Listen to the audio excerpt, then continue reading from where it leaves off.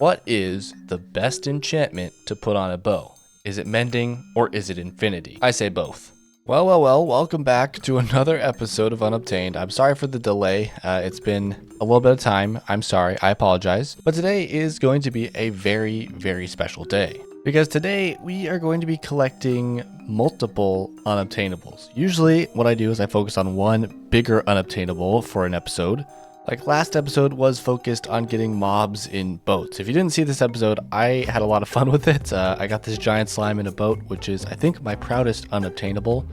I'm not even joking. I think it's hilarious. But today is going to be different because, of course, we have to finish 1.9. And a lot of the unobtainables left don't really feel like they grant a full video. So that's why we're going to do the cleanup crew today. Let me quickly clarify by saying that there is something that does require its own video called world tearing, but I am not doing that quite yet because that's going to require a huge amount of setup time. So first things first, and possibly one of the most interesting unobtainables, because it's been repeated multiple times, but at least in this version, you could combine mending and infinity and get that as a enchantment combination. So if we do this, we now have what I call an unobtainable book. We have a lot of these random books that are unobtainable, like this one by Serge, but this one is by me, but it has 2 enchantments that of course aren't allowed. So taking stuff like this, what we can do is we can of course create the ultimate bow. Now normally that of course would be a fairly easy task to execute because really all you need to do is add in all the most powerful enchantments that you have and then create, well, the bow to defeat all the creepers in your world. But in this version, it's a little bit different because there's more than one use for a bow.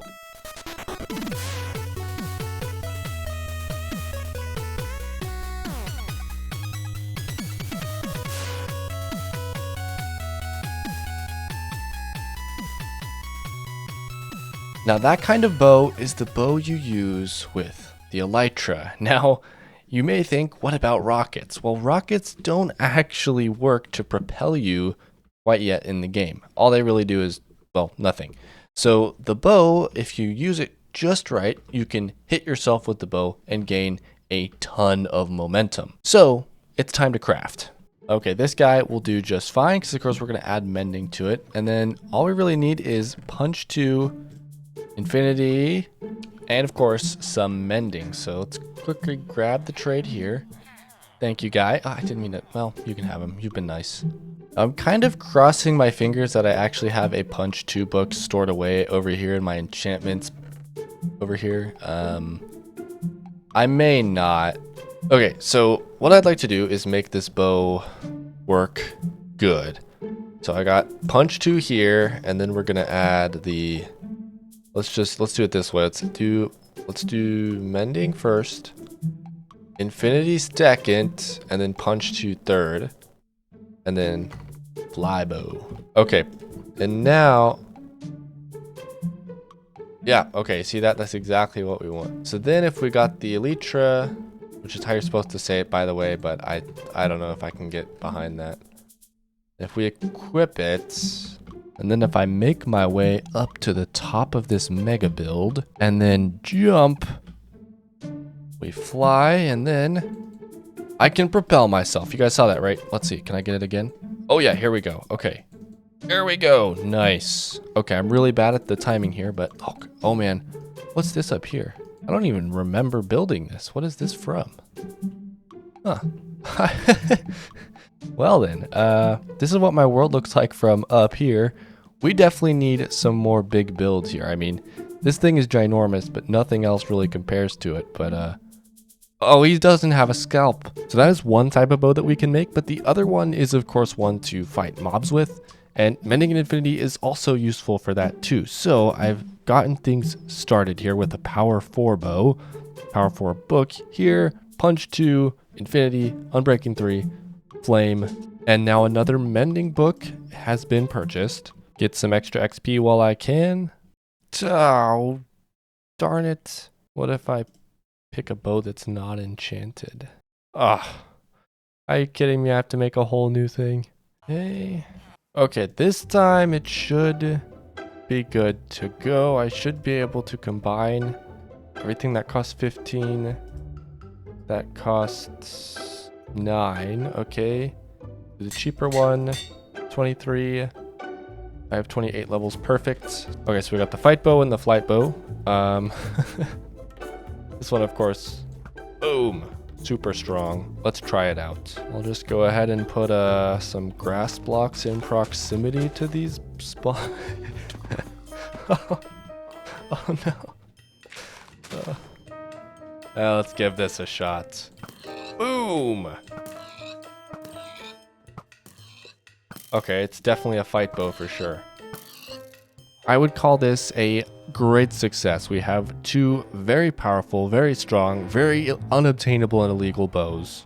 Very happy with this. So now that I have the mending and infinity flight bow, transportation in my world has changed completely. And it also means that XP is far more valuable than it ever used to be because, well, if we just look at the durability of this thing already, just after messing around, it's already half durability. Although I am missing on breaking. Hold on.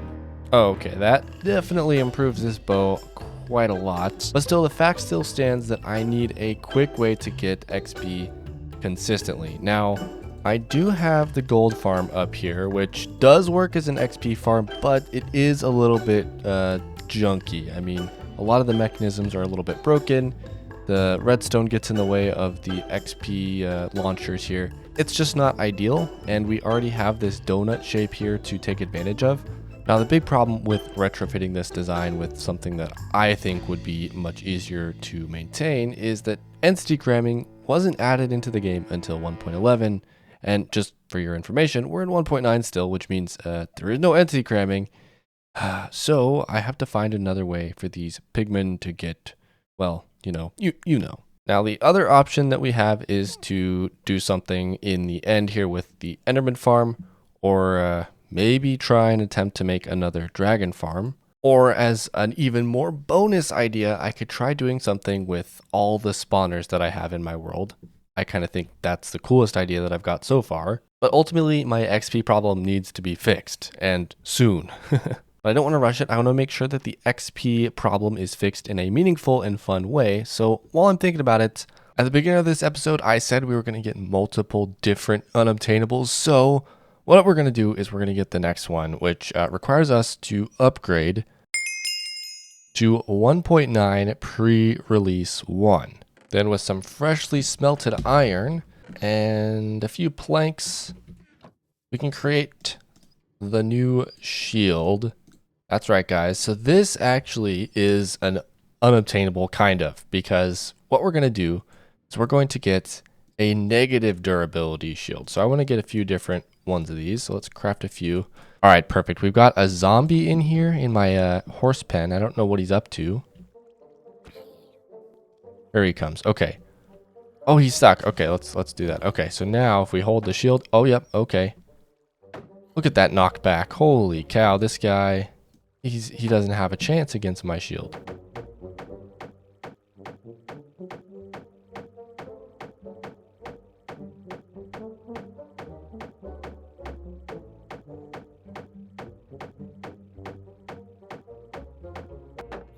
Okay, I've gotten all of them in to low durability.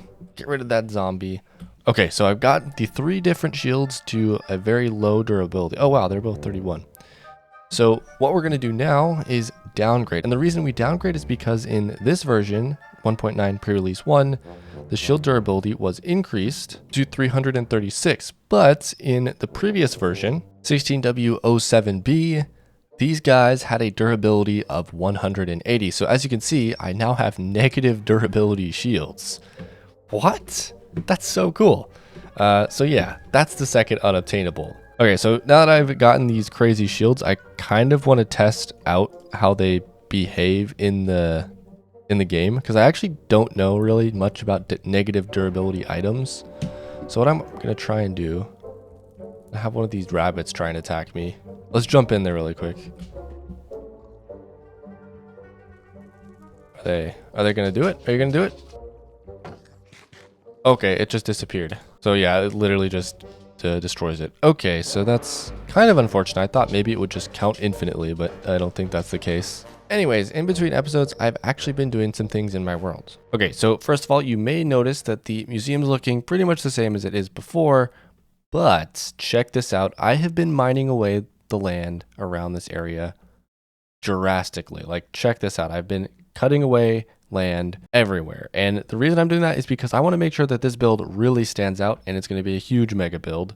And I've decided to take multiple points of inspiration from all the different concept arts I got sent many episodes ago. Now, another thing that I have added to my world here is I've started work on a cliff face right here. And you may be thinking, why the heck would you put a cliff face here? And the reason was I originally wanted to put a town here, but I'm no town builder. So I decided instead, let me build a cliff. And I think ultimately this is going to be a really good addition to the area. I think it will fix this kind of view here. This one is specifically, I want to have this and then a cliff here. I still want to see the killer bunny thing here. I think it's a really good compromise to everything that I wanted. And it's also going to cover up the farm that I got back there, as well as that ugly build that I dislike. But other than that, I have really not been spending too much time in my single player world here, just because I've been enjoying myself so much over on Afterlife. And I've been building a really big, awesome build there. And I do secretly kind of like modern Minecraft better. Don't tell anybody I said that though. So if you've been following my series for a while now, you'll probably know that there is some history with some previous unobtained worlds. And one thing that I wanted to set out and do with this world is make sure that this was a world that I kept forever. And recently there's been a trend on YouTube of forever worlds. And I'm just curious what you guys think the appeal is of forever worlds. Because for me, the appeal is that I get to consistently have the same farms, and if I build something, I can trust that it's going to always be in my world, which is what I like. But I'm curious what you guys think the appeal is with this new trend on YouTube, and yeah, let me know in the comments. I really want to try and get this shaped up today because the idea is to kind of start work on a little bit of lore for my world. Now, typically, I have never really dabbled in lore for my world or any sort of gaming thing, to be honest, but I kind of have a cool idea for this world, and I want to run it by you guys in this video. The idea is that this is kind of a society that's been found by some researchers, and they're setting up their camps to study all the different things in it. So there's going to be like a research building over here with like vehicles and stuff, and of course stuff over there, but keeping all of these older builds to preserve the history, of course. Maybe just a hint of lore here and there, like some scientists are, researching the unobtainables in my world. I don't know, let me know what you think, but obviously this meteor is ending it all, so it doesn't really matter too much. Anyways, speaking of endings, I'm going to end the episode here, and next episode we're going to be updating to the 1.10 era.